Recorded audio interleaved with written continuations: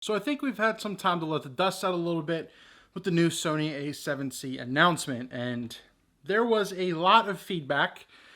There was a lot of opinions. I definitely think I saw more not a fan type of opinions and like a little bit more negativity towards the camera, but I did see a lot of positives as well. I'm not going to make a tech spec video here, break it down 100% type of thing. I mainly just want to have a discussion. And if anyone from Sony sees this, hopefully you kind of see something here, and I'm speaking a little bit for others in the community. I don't think, I'll cover it more too, but I don't think the Sony A7C is a complete failure like others are saying or clickbaiting.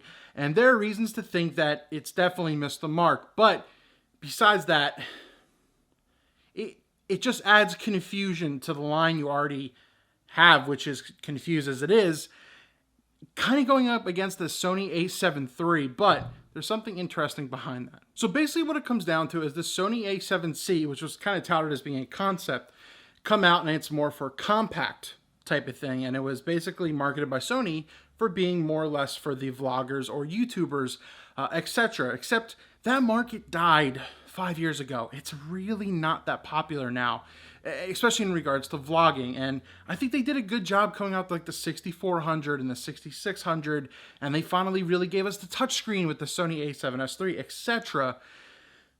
There are some promises that the Sony A7C gives though with something like that.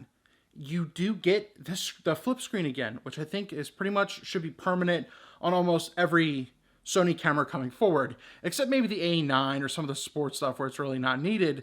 But the market is really saying, and that's why Canon lasted for so long, and they still do, is that people really like the screen regardless, photography or videography, YouTube, etc.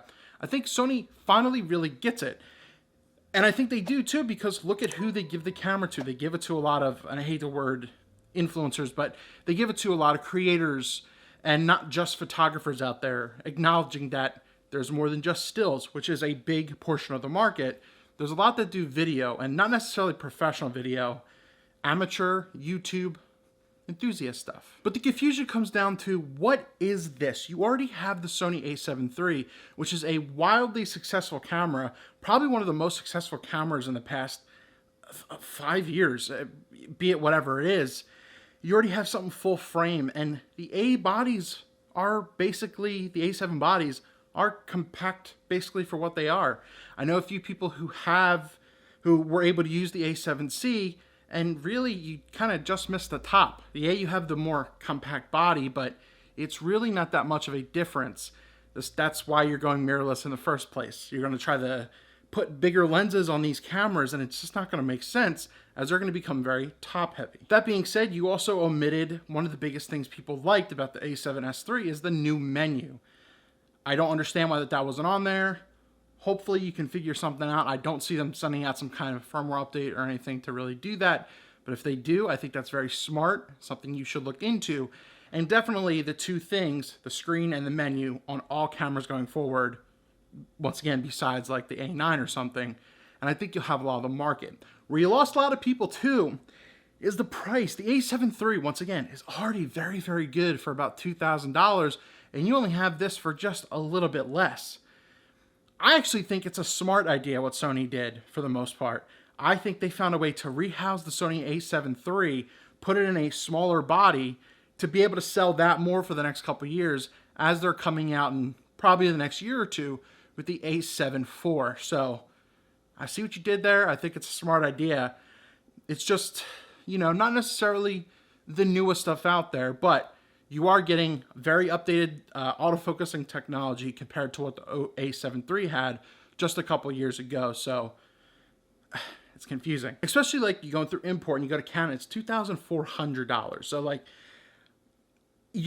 it's not an entry level camera. You can't call it that because it is way too expensive to be. So the Canon RP wasn't necessarily the most innovative thing in the entire world, but Canon was able to introduce to their newer mirrorless line a very affordable $1,000 full frame camera. You're competing against that and you're $800 off. Man, the RP really kind of should have gave you a little bit of hint towards what the market was doing. as the RP does sell very, very well. So that being said, once again, I don't think it's a complete failure. This is something I would have really liked a couple years ago, to have the flip screen, to have high quality definition, you know, 120p and 1080p. I didn't care about the 4K. I still don't care about 4K whatsoever, but you at least have that option. It's just a very high price tag, is super off-putting, and I still think you get a lot with the A7 III, so it's a very confusing market. I really want to hear everyone's thoughts out there. But once again, I can't say it's a complete failure. I think, like I said, I think they found a way to resell the A7 III to prepare for the A7 IV, and it's just super confusing in the line of ever confusing a 6000, 6400, 6600, what's better, what's not, etc. But I will say, if this is their concept camera to show what they can do and put it in their compact body, you're seeing what you're getting now. And hopefully you get the new menu for everything going forward. You get the screen, you get all the inputs and everything that you want. But the big thing is, I'm excited that there's at least some kind of camera hype. Once again, it isn't necessarily the most exciting thing for a lot of people right now, but it's something. It's Sony showing something. And I think that that's pretty key, especially for 2020, where there is a lot going wrong in the world right now. And I think it gives just a little bit of hope on, you know, on the horizon for Sony users who may want something like this. I know a few people that I follow on Twitter, they went crazy with something like this. They want to add it as maybe their B camera or their C camera to do video. But I just think that they just made an okay camera at a higher price point, a little bit than what it should have been. But I think it's good though. I think it's fine. They went for like the retro-y Fuji look, which I think is pretty cool too.